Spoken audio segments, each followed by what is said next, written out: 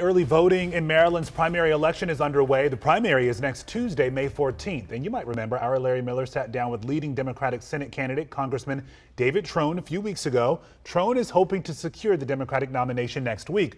But to do that, he'll have to defeat his closest challenger, Prince George's County Executive Angela Alsobrooks. Yeah, her campaign has racked up high-profile endorsements across the state and has growing momentum.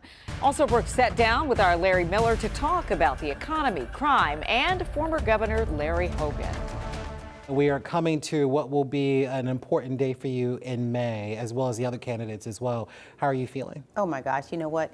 I feel great. I've been to every part of the state, and you know, I believe more than ever in the people of Maryland, and I know for sure now that all of us want the same things for our families because I've heard it for myself. Let's talk about the economy. That is one of the most pressing issues for voters when recently polled. Many of them citing issues and concerns about jobs, the availability of it, as well as inflation too.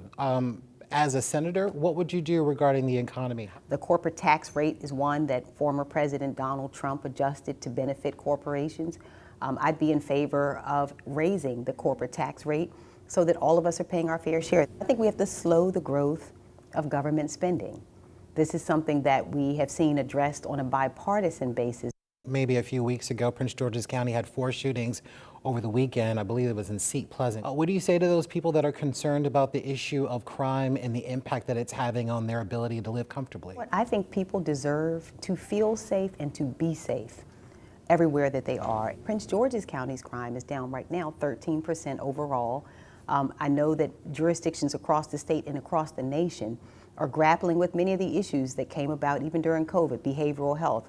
We've built here the first ever mental health and addictions care facility. I built as county executive, made investments also. We funded education at the highest levels we've ever seen in the county. We have to continue to fund education, fund mental health care and addictions care, find also constructive ways even for our young people to be engaged. Data from the Prince George's County Police Department confirms total crime, which includes property and violent crime together, is down 13% compared to this same time last year. A closer look at the numbers show violent crime is up 11% and property crime is down 19%. Additionally, Alsobrooks wants to focus on guns, closing the so-called gun show loophole nationally, whereby private firearms sellers, including those at gun shows, are not required to conduct a federal background check of the buyers. Polling over the campaign season has had you down kind of varying degrees against your Democratic challenger, Mr. Trone. What does that suggest about the campaign? What does that suggest about the message? This is the greatest self-funded campaign we've ever seen in a Senate primary in U.S. history. So an onslaught of over $47 million spent in this race.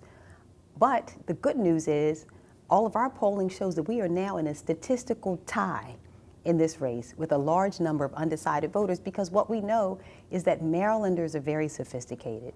The money will not determine the outcome of this race. If Alsobrooks does clinch the nomination, she will likely go head-to-head against former Maryland Governor Larry Hogan. How do you combat a candidate like Larry Hogan? Larry Hogan is a member of a party that has policies that are inconsistent with the values of Marylanders.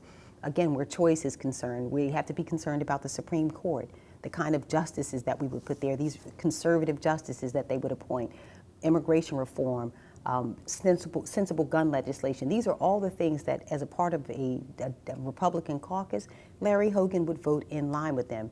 So in the general election, I believe that I am the strongest candidate to take on Larry Hogan, where he would have to defend his record and I would be able to present my record. Larry Miller, WUSA 9.